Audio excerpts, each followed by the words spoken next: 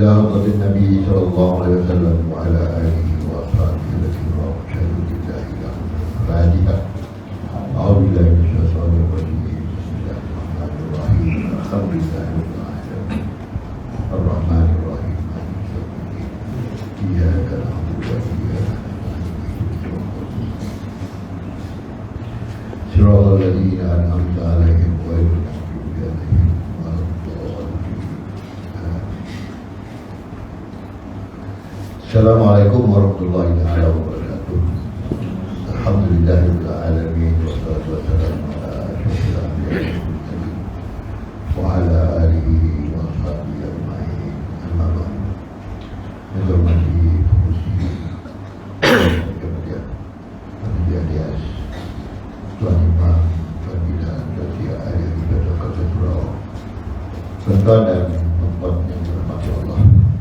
Alhamdulillah kita terdahulu kepada kesyukuran kata Allah Subhanahu Wa Taala. Dia akan yang bakul dari maka pada subuh ini dia sekali lagi bersama doa salat berjemaah dan seterusnya kita menambah sedikit lagi ilmu kita berkaitan dengan perjuangan para sahabat Rasulullah Sallallahu Alaihi Wasallam. Dan kita memilih sahabat yang pertama sekali dan sahabat yang sangat ulung dan unggul sekali dalam perjuangan dia ialah Sayyidina Abu Bakar As-Siddiq radhiyallahu anhu. Jadi inilah sahabat yang sangat setia dengan Rasulullah sallallahu alaihi wasallam dan jarang dia mengatakan apa yang disampaikan oleh Rasulullah SAW, dan tak pernah dia mengatakan apa yang disampaikan oleh Rasulullah SAW itu tidak benar, melainkan semuanya benar. Apa yang Rasulullah sampaikan itu maka itu adalah benar, kata Rasulullah.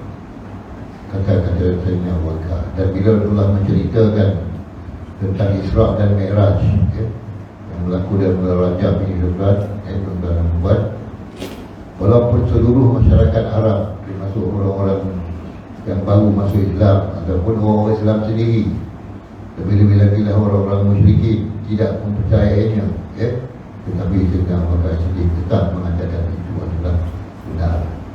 Tuan yang faham, dia sangat memahami tentang siapakah dia Rasulullah SAW itu dan apakah yang sebenarnya yang dibawa oleh Rasulullah, dan wahyu-wahyu yang sampai kepada Rasulullah SAW itu adalah daripada Allah Subhanahu Wa Taala, bukanlah direka oleh Rasulullah SAW. Dan peristiwa Isra dan Mi'raj itu adalah peristiwa yang sangat besar. Selain daripada mukjizat yang pertama dalam Islam ialah Al-Quran, mukjizat yang kedua ialah Isra dan Mi'raj. Peristiwa Isra dan Mi'raj itu adalah mukjizat yang kedua yang besar, yang wajib diimani oleh semua orang Islam. Dan siapa yang mengingkari peristiwa Isra dan Mi'raj itu, mereka adalah kufur. Ini memang ditegaskan oleh semua para ulama. Jadi Sayyidina Abu Bakar As-Siddiq ini adalah orang yang paling utama sekali di dalam sahabat Rasulullah SAW. Bila Rasulullah mengatakan bahawa kalau sekiranya Abu Bakar As-Siddiq mengetuk mana-mana pintu syurga, maka beliau boleh mengetuknya dan boleh masuk di syurga, di mana-mana pintu boleh. Sebab semuanya ada kelebihan pada beliau. Di segi bersedekah beliau lah yang berlebih, di segi jihad beliau yang lebih, dan di segi puasa pun beliau yang lebih, dan segi ibadah yang lain pun beliau yang lebih. Di mana-mana pintu syurga pun boleh masuk. Kita tak boleh tak masuk mana-mana pintu syurga. Kalau kita rajin puasa, kita akan masuk pintu syurga. Yang dinamakan Rayyan. Semalam ada cerita Rayyan, seorang anak Maghribi yang masuk jatuh dalam gigi. Berapa meter dalam gigi tu? 95 ke 195 dalamnya gigi. Sudah umur 5 tahun, Alhamdulillah dah selamat.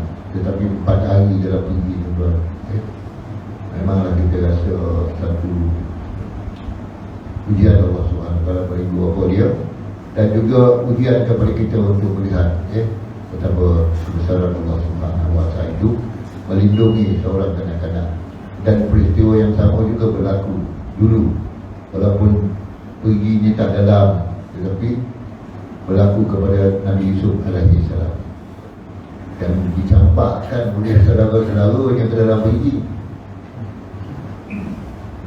Ini jatuh biji, tapi Nabi Yusuf sengaja dicampakkan ke dalam biji kerana perasaan cemburu dan hasad dengki. Berbeza tuan-tuan, bila Nabi Yusuf dah besar dah, ada bila dia dikeluarkan daripada biji itu oleh pedagang-pedagang yang baru itu, maka dia telah dijual dan akhirnya dia menjadi seorang raja. Jadi ini semuanya adalah merupakan sesuatu yang kita renungkan dan kita fikirkan, bahawa berbagai-bagai peristiwa yang berlaku di dunia ini bukan hanya berlalu begitu sahaja, tapi ada hikmahnya untuk kita merenungkan, memikirkan dan memperkokohkan lagi keimanan kita kepada Allah Subhanahu wa taala, supaya kita menjadi seorang yang benar-benar bertakwa kepada Allah Subhanahu wa taala. Baiklah tuan-tuan dan puan yang dirahmati Allah, dan Sayyidina Abu Bakar As-Siddiq ini berhadapan dengan suasana yang sangat mencabar kemampuan dia, berhadapan dengan golongan Islam sendiri yang murtad. Sebab setengah-setengah orang yang masuk Islam tu, daripada kabilah-kabilah Arab terutama yang baru masuk Islam, dia mengatakan bahawa Nabi tidak akan mati. Nabi Muhammad SAW tidak akan mati, akan kekal hidup. Kalau Nabi kekal hidup sampai hari ini, bolehlah kita beri jumpa dia. Dia tak. Kalau Nabi kekal hidup lah sampai hari ini, boleh tak kita gambarkan seorang manusia hidup sampai 1400 tahun, macam mana umur dia? Dia umur dah 150 tahun pun dah tak ada umur dah. Malam dapat apa yang keluar 150 tahun, Kalau 1400 tahun, Ashabul Kahfi dia boleh tidur selama 313 tahun. 303 tahun ke 313 tahun? 309 tahun, Bayangkanlah 309 tahun Ashabul Kahfi. Rambutnya panjang mana? Jambangnya panjang mana? Rambut, misai, jambang dia, tapi itu tidak digambarkan. Macam mana rupa keadaannya? Seolah-olah dia bila bangun balik daripada tidur yang begitu panjang 309 tahun, seolah-olah dia macam mana dia mula-mula ditidurkan. Tak ada cerita tentang rambut dia panjang, tak ada cerita tentang dia kulit-kulit dia kendur dan sebagainya, tak ada. Jadi itu kebesaran Allah Subhanahu wa taala. Boleh menidurkan kita selama 309 tahun. 309 tahun adalah satu masa yang panjang. Jadi tuan-tuan dan puan, apabila Sayyidina Umar Al-Khattab mengugut orang-orang yang mengatakan bahawa Rasulullah telah wafat, maka untuk mententeramkan keadaan, Sayyidina Abu Bakar As-Siddiq membacakan ayat wa ma Muhammadun illa rasulun, membacakan surah Ali Imran, wa ma Muhammadun illa rasulun qad khalat min qablihi rusul, apa imada aw qutilan qalabtum ala aqabikum faman yanqalib ala aqibihi falan yadurullah syai'an wa sayajidullahu syakirin.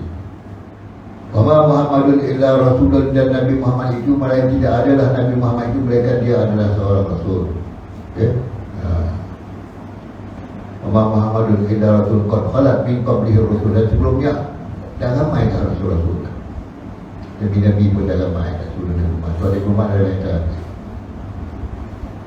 Wa in kudila wa in mata fa apa in mata au kudila, kiranya Nabi Muhammad itu mati dan dibunuh, apa in mata au kudila qalabtum ala aqabikum, maka kamu berbalik kepada agama asal kamu. Paman yang balik, tetapi yang berbalik semula, ala akibahi fala yadullah syai'an, balik semula pada agama asalnya, maka tidak menjejaskan sedikit pun Allah Subhanahu wa taala. Fasajidillahu syakirin, Allah akan membalas mereka-mereka yang bersyukur. Ayat ini dibacakan oleh Sayyidina Abu Bakar As-Siddiq. Barulah Sayyidina Umar tentera tunduk. Rupanya dia lupa ayat tu. Ya? Dia lupa ayat tu ada di dalam Al-Quran, ya? Yang menyatakan bahawa Nabi Muhammad akan mati. Sayyidina Umar Al-Khattab pun kata Nabi Muhammad tak mati. Dan seluruh orang Arab ataupun orang-orang Islam tak percaya Nabi Muhammad itu mati. Sebab itu timbul, ya? Timbul apa? Timbul pula selepas daripada itu golongan-golongan ataupun orang-orang yang nak mengaku jadi Rasul, ya? Nak mengaku pula jadi Rasul, yang dikatakan Nabi palsu. Keluar pula kumpulan Nabi palsu ni. Sebab mereka dah diberitahu bahawa Nabi Muhammad telah wafat, tentulah ada pengganti dia. Siapa yang paling layak sekali? Maka muncullah siapa yang dinamakan Musailamah Al-Kadzdzab. Musailamah, nama dia Musailamah Al-Kadzdzab tu gelaran dia. Musailamah yang pendusta. Bila berlaku peperangan yang antara orang Islam dengan Musailamah ni, antara khalifah di Madinah ataupun tentera-tentera di bawah pimpinan Khalid bin Walid memerangi Musailamah ni, maka seorang yang dulunya pernah membunuh Sayyidina Hamzah bin Abdul Muttalib dalam peperangan Uhud, ya? Hamzah bin Abdul Muttalib dalam peperangan Uhud, iaitu Wahsy, yang bernama Wahsy. Dia nak menebus diri dia balik. Dia dulu dah bunuh Hamzah bin Abdul Muttalib, dan pada waktu ini peluang dia untuk menebus dosanya yang besar itu, dan dia berusaha untuk membunuh Musailamah Al-Kadzdzab. Dia bawa tombak dia dulu, ya?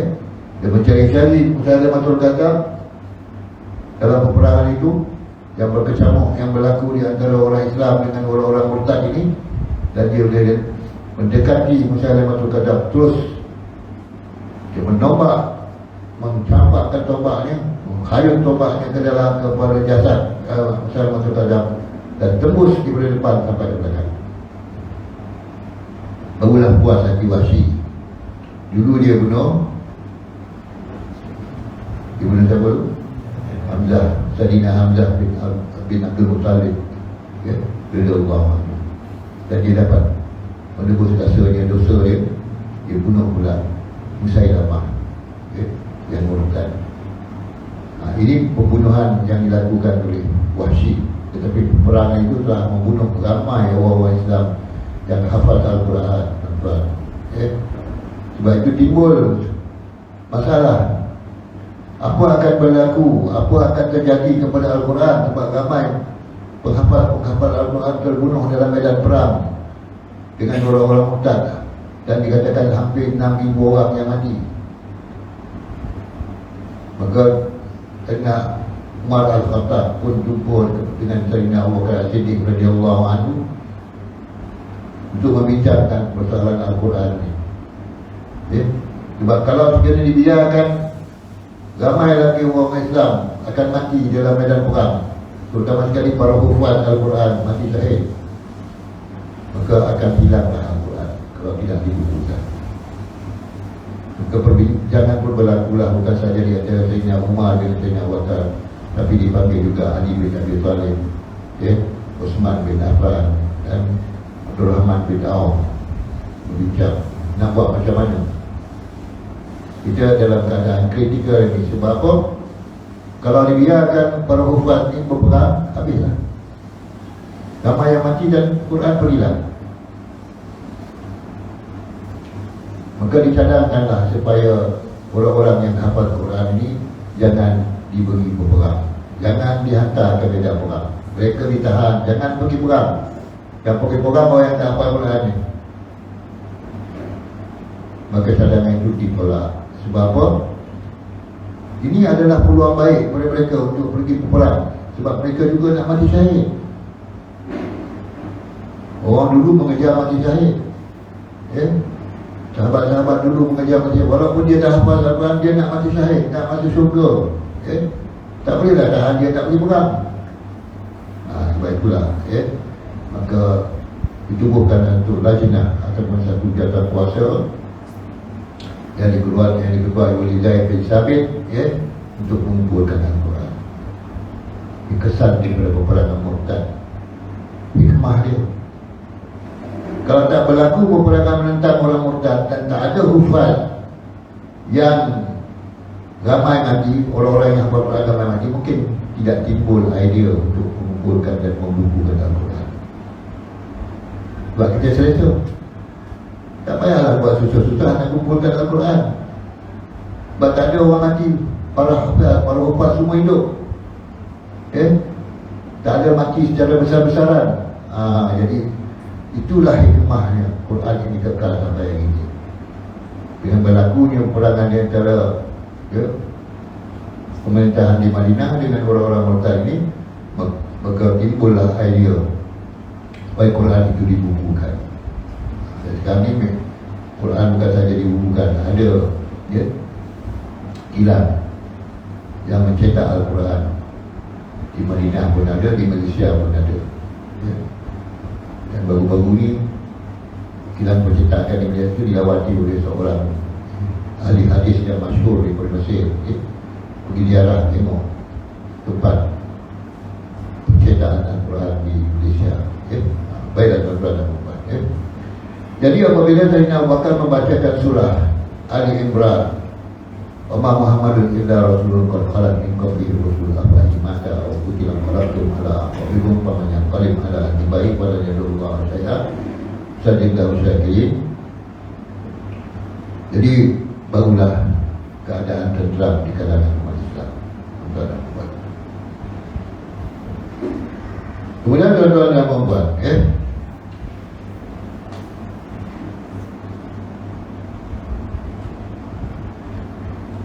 Jadi Abu Bakar As-Siddiq menulis surat kepada mereka-mereka yang mereka-mereka yang menyangkal, yang mengingkari tentang kerasulan Nabi Muhammad SAW.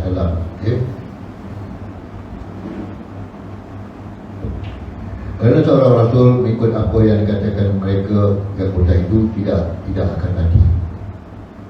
Ini satu hal. Orang yang murtad tu, alasan dia senang je.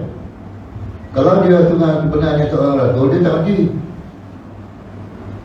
Tapi kenapa dia mati? Dia orang apa? Tengah-tengah dia ni lah, yang tak faham tentang apa itu mati. Kullu nafsin za'iqatul maut. Dalam Quran Allah sebut kullu nafsin za'iqatul maut. Setiap yang bernyawa akan bertahi kematian. Tak kira lah dia seorang Rasul ke, dia seorang Nabi ke, dia seorang Maharaja ke, tak pernah pun hidup sampai hari ini seorang Maharaja yang hebat seperti dulu. Tapi semuanya dah mati. Jadi golongan ni tak mau menerima kematian Nabi Muhammad SAW. Tak patut Nabi Muhammad itu mati. Tak patut, tak wajar, tak wajar seorang Nabi itu mati. Kita pun ada juga pahaman-pahaman begitu. Seolah-olah tak mahu menerima kematian seseorang yang sangat disayangi, seperti hak tua tengah-tengah, yang dulu-dulu mengatakan hak tua tu, penulis ataupun mereka-mereka yang sangat sayang dengan hang tua tu, sangat memuja hang tua ni, mengatakan hang tua ni masih hidup lagi. Sampai hari ini ada orang nampak. Itu kita ngomong. Mana ada manusia hidup, walaupun bagaimana sayang pun kita, tak ada siapa pun yang dapat menghidupkan orang yang dah mati. Tak ada siapa pun dapat menghidupkan orang yang dah mati. Dan tak ada siapa pun mampu mematikan orang yang hidup melainkan dengan izin Allah Subhanahu Wa Taala. Itu kena faham dulu. Jadi orang-orang yang murtad ni mengatakan Nabi tak mati. Sepatutnya seorang Nabi itu tak mati. Jadi Nabi Muhammad ni mati. Jadi apa dia nak buat? Jadi mereka ini diingatkan oleh Allah, oleh Sayyidina Abu Bakar As-Siddiq, Khalifah, turut mengingatkan agar mereka terus bertakwa kepada Allah Subhanahu Wa Taala. Dalam Surat pengumumannya dinyatakan dengan maksudnya seperti berikut. Saya telah dimaklumkan bahawa adanya orang-orang yang telah meninggalkan agamanya, telah berikrar dalam Islam dan menjalankan segala syariatnya, tetapi telah berbalik, ya, untuk tidak lagi mengindahkan Allah Subhanahu wa Ta'ala, serta perintahnya sebaliknya telah mengikuti kehendak syaitan. Jadi Khalifah Abu Bakar telah pun menulis surat kepada golongan-golongan ini, ya, dan mengingatkan mereka adalah bertakwa kepada Allah Subhanahu wa Ta'ala. Sebab mereka ini semua dah masuk Islam dan mengucap dua kalimah syahadah, dan ada di antara mereka telah pun sama-sama berperang dengan Rasulullah SAW. Kalau kita tengok Rasulullah berperang daripada mula peperangan Badar, peperangan Uhud, peperangan Khandaq, ya, kemudian peperangan dengan golongan-golongan Yahudi, kemudian berperang membuka kota Mekah. Golongan-golongan ini yang murtad ini ada di antara mereka yang sama-sama pergi bersama Rasulullah SAW berperang dengan orang-orang kafir.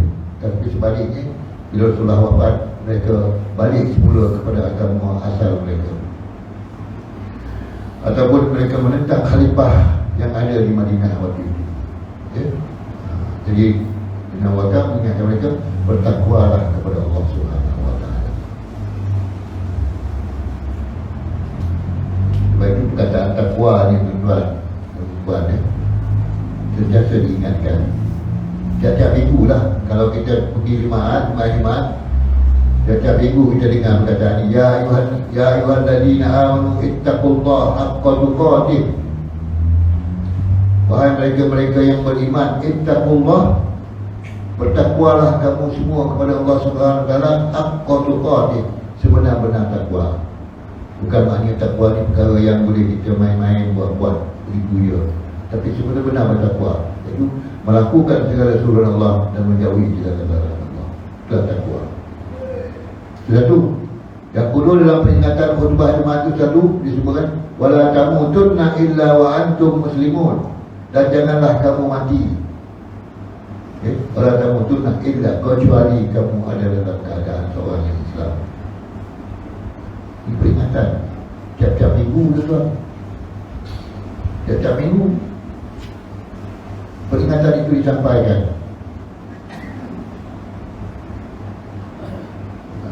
Tapi dalam bahasa Arab lah, ada tak bahasa Melayu dia? Wahai manusia, ya ayyuhalladzina, wahai mereka-mereka yang beriman, ya, itu terjemah aja. Bertakwalah kamu kepada Allah dengan sebenar-benar takwa, dan janganlah kamu mati melainkan dalam keadaan muslim. Itu kalau diterjemahkan dalam bahasa Melayu, ya. Jadi peringatan daripada Sayyidina Abu Bakar As-Siddiq kepada golongan yang murtad ini, pertama sekali peringatan mereka kepada golongan murtad ini, hendaklah bertakwa kepada Allah dengan sebenar-benar takwa, iaitu melakukan perintah Allah dan menjauhi larangan Allah. Itu dikatakan takwa, okay? Kalau kita tak melakukan perintah Allah,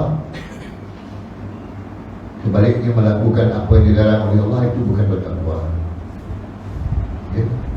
Takwa ni kita amalkan segala perintah Allah, jauhi segala larangan Allah.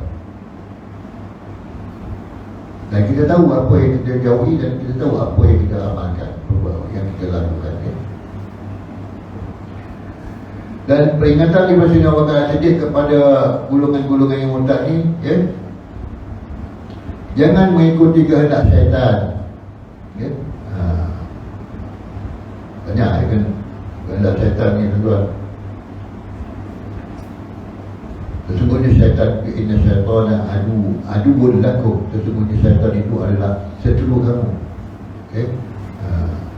Betul, banyak peristiwa-peristiwa yang bila kita dikaitkan dengan perbuatan tersebut, maka dikatakan perbuatan itu adalah pengaruh daripada syaitan. Innal mubadzirina akhwanu syayatin, sesungguhnya orang-orang yang membazir itu adalah saudara-saudara syaitan. Apa yang kita bazirkan? Apa yang membazir pada kita, tuan-tuan? Yang selalu kita tahulah, selalu kita tahu membazirkan makanan, ya, membazirkan apa ni, nikmat-nikmat yang Allah kurniakan kepada kita dengan tidak digunakan dengan sebaik-baiknya. Banyak pembajiran berlaku, ya. Dan selalu disebutkan oleh penceramah-penceramah, menyebutkan pembajiran ini bukan sahaja sesuatu yang dikatakan saudara-saudara syaitan, tetapi sesuatu yang sangat menjelitkan. Contohnya sebelum Syria, Iraq berhadapan dengan kebuluran, kekurangan makanan, mereka adalah golongan-golongan yang mewah. Dan saya sebutkan itu, bagaimana kalau mereka nak makan, mereka akan dihidangkan dengan satu meja makanan yang penuh di dinding ni sampai dinding sana, penuh dengan segala nikmat yang ada. Dan meja dah penuh, ya? Dan mereka pun datang makan, hanya ambil sikit saja, kemudian ditinggalkan baju saja. Itu bukan syaitan bagi itu. Penuh meja, makan sikit, tinggalkan macam tu je. Itu di Iraq, di Syria dulu. Ini mereka dalam keadaan yang sukar. Bapa ditarik balik nikmat makanan tu, dan mereka terpaksa minta makanan daripada luar pula. Kita pernah satu masa dulu orang buat kajian, berapa tak makanan, sisa-sisa makanan di Malaysia ni, sama ada daripada hotel ke, daripada mana-mana dewan majlis makanan dan sebagainya, terbuang begitu saja makanan tersebut. Bertang-tang, aku tak ingat jumlah dia. Masa keluar tahun baru ingat, pembajiran terhadap makanan. Itu makanan. Lain-lain daripada makanan, ada juga pembajiran. Terutama sekali pembajiran masa itu. Apa dia pembajiran masa itu? Baik itu Rasulullah sebutkan dalam hadisnya, nikmatani maghunun bihi ma katsirun minan nas, as-sihhatu wal firaq. Dua nikmat yang dilekakan, dilalaikan oleh sebahagian besar manusia. Nikmatani maghunun bihi ma katsirun minan nas, as-sihhatu wal firaq, kesihatan dan masa lapang dibanjirkan, masa sihat. Tak dipergunakan pada jalan-jalan yang diredai oleh Allah Subhanahu Wa Taala yang memberi manfaat dunia dan akhirat. Itu juga pembajiran. Dan Tuhan bagi kita kesihatan, segar, sihat, muda, selera pun sedap, mana-mana nak pergi pun tak ada gangguan, duit pun banyak. Dia gunakan kesihatan kita itu untuk kita membazirkan masa kita.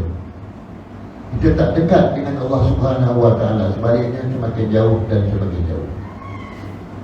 Itu pembaziran lah. Maknanya kita tak gunakan kesihatan yang ada pada kita itu seimbang dunia dan akhirat. Selalunya kita berdoa pada Allah Subhanahu Wa Taala. Apa doa kita? Rabbana Adina fid dunya hasanah wa fil akhirati hasanah wa qina azabannar. Doa, ya Allah, kurniakanlah kami kebaikan di dunia dan kebaikan seimbang. Kalau tak seimbang, maka sama ada kita lebih pada dunia ataupun lebih pada akhirat. Dunia kita tinggalkan. Walaupun ada dalam konsep-konsep amalan Islam, iaitu sifat-sifat zuhud.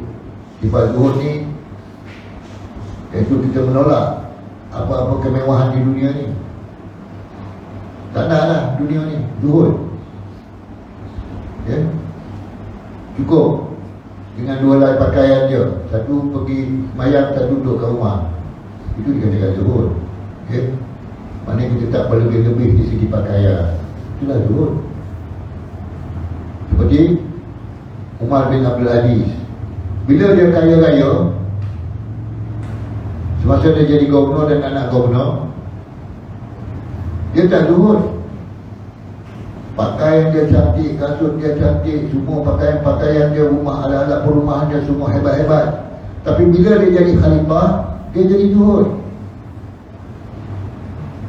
Bila dia jadi ketua negara, dia zuhud. Tapi bila dia jadi orang bawah, dia jadi gubernur, jadi anak-anak gubernur, dia bersenang lenang dengan kekayaan dia. Tapi bila dia jadi khalifah, yang mana dia boleh menikmati segala-galanya, dia jadi zuhud waktu itu.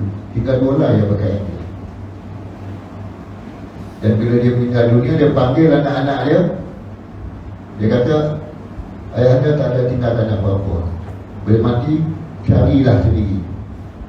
Carilah kekayaan sendiri, carilah harta sendiri. Dia tak buatkan untuk anak dia, ya, apa-apa projek ataupun apa-apa, ya, apa ni, perniagaan dan sebagainya, bisnes buat tak ada. Carilah sendiri selepas aku mati. Masa hidup pun dia tak membantu anak dia untuk apa-apa projek perniagaan dan sebagainya. Ini dah zuhud.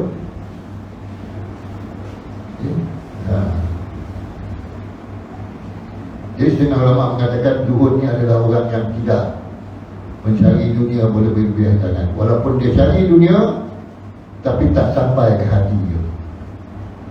Dia sampai ke mana? Sampai ke tangan dia je. Jadi Sayyidina Abu Bakar mengingatkan orang-orang yang murtad ini supaya bertakwa kepada Allah dan jangan mengikut syaitan. Diberi peringatan dulu sebelum diperangi. Kalau perang dulu tak beri peringatan tu zalim. Kena ingatkan dulu. Ini kesilapan anda, ini kesilapan ya, yang dibuat dan sebagainya. Bila baru diperangi, berterus perang dia, itu zalim. Sebab dia tak tahu apa salah. Apa salah dia? Kampung halaman saya dibakar, rumah saya dibakar, anak-anak isteri saya dan semua orang-orang kampung ini dibunuh. Itu zalim. Tapi diingatkan dulu. Ini konsep yang betul, tuan-tuan. Konsep yang betul. Sebab itu apabila berlaku apa-apa perkara yang sama ada merupakan penyakit ke, bencana alam ke, ataupun apa-apa saja kat dunia ni, itu adalah peringatan Allah. Beri Allah memberi peringatan. Itu apa? Itu adalah kasih sayang Allah. Allah beringat, ya, berlaku bencana alam, bukan Allah zalim, tapi Allah beri peringatan. Dah beri peringatan. Peringatan setiap minggu dah beri peringatan. Semua Jumaat tu dia setiap hari diberi peringatan, ya? Tapi bila berlaku apa-apa suasana banjir kilat dan sebagainya, itu peringatan juga untuk kembali kepada Allah Subhanahu Wa Taala. Jadi Sayyidina Abu Bakar tadi memperingatkan dulu golongan-golongan yang murtad ni. Ingat, dulu kamu adalah orang bertakwa, maka baliklah pula kepada takwa. Jangan ikut syaitan. Kemudian apa kata Sayyidina Abu Bakar? Dengan itu, dengan ini saya mengeluarkan perintah kepada pemimpin-pemimpin pasukan bersenjata yang terdiri pada kaum Muhajirin dan Ansar dan para pengikut yang baik kepada anda sekalian, dan saya diperintahkan untuk tidak memerangi dan membunuh siapapun sebelum diajak mematuhi ajaran Allah. 11 brigade tentera yang ditubuhkan oleh Sayyidina Abu Bakar Siddiq bukan untuk pergi memerangi dan membunuh orang-orang yang murtad, tetapi untuk mengingatkan mereka bahawa peperangan tidak berlaku melainkan setelah diberi peringatan. Sebab bila berlaku peperangan, siapa yang berperang? Orang Arab Islam dengan orang Arab yang baru keluar pada Islam tu berperang. Orang Islam berperang semua dengan orang Islam semula, ya? Dan ini telah dialami oleh umat Islam selepas diberi itu. Bila peperangan berlaku antara Sayyidina Ali dengan Muawiyah bin Abu Sufyan, Sayyidina Ali dengan Sayyidah Aisyah, ya, Ummul Mukminin, ya, peperangan Siffin, peperangan Jamal, dan orang Islam telah menghadapi, ya, suasana yang sangat menyedihkan apabila Yazid bin Muawiyah memerangi ataupun menyerang jumlah 87 orang yang dipimpin oleh Sayyidina Husain bin Ali, nak pergi ke Kufah. Sebab apa? Ada jemputan untuk melantik dia menjadi khalifah. Diserang di Karbala, semuanya mati. Dan Sayyidina Husain bin Ali, cucu Rasulullah yang disayang Rasulullah, dipotong kepalanya dan kepalanya dihantar ke Madinah, khalifah pada waktu itu, ke Muawiyah, dihantar kepala dia. Orang tak sedar tidu kepada cucu Rasulullah, tak sedar tidu dengan Rasulullah sallallahu alaihi wasallam. Ini diberikan permulaan lah, tak ada sedar langsung dengan Rasulullah sallallahu alaihi wasallam. Maka cucu yang menjadi kesayangan Rasulullah dibunuh juga. Dan sebarang kecil saya ada juga yang menyebutkan tentang Imam Syafi'i pun mati dibunuh. Dia kata jumpa dalam YouTube, Imam Syafi'i pun mati dibunuh. Jadi ini belum lagi sahih lah, tapi saya terjumpa lah sebarang Imam Syafi'i mati dibunuh. Jadi yang akhir ni Sa'id Ramadan pun mati dibunuh. Duduk dalam masjid pun mati dibunuh oleh orang Islam.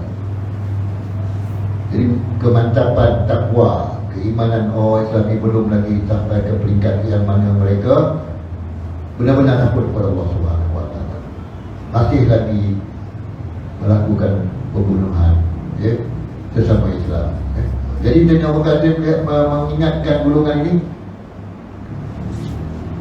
kami menubuhkan pasukan tentera ini bukan untuk pergi berperang dan membunuh, tetapi untuk memberi peringatan.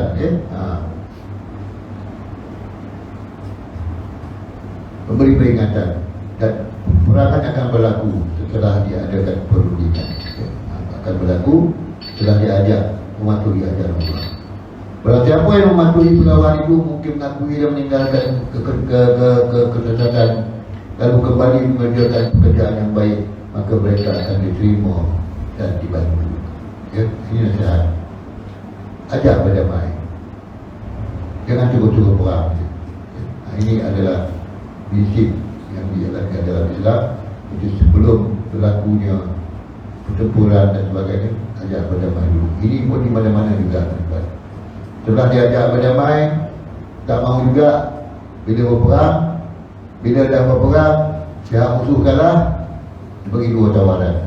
Satu, masuk agama Islam, dan satu lagi, bayar jizyah. Bukan terus-terus zalim, bukan tak terus-terus zalim. Tentera Islam tidak terus menzalimi orang-orang yang menentang, tetapi diberi tawaran untuk menyelamatkan. Dan masa perang pun jangan dibunuh kanak-kanak, jangan dibunuh orang perempuan, jangan dibunuh orang tua, jangan dibunuh orang-orang yang sedang beribadah dalam tempat ibadah dia. Jangan dibakar hangus tempat-tempat ibadah dia. Jangan dipotong pokok-pokok kelapa. Jangan dipotong pokok-pokok. Itu adalah keadilan yang dilaksanakan oleh pemerintah Islam. Cakap itu lalu tuan pada ini.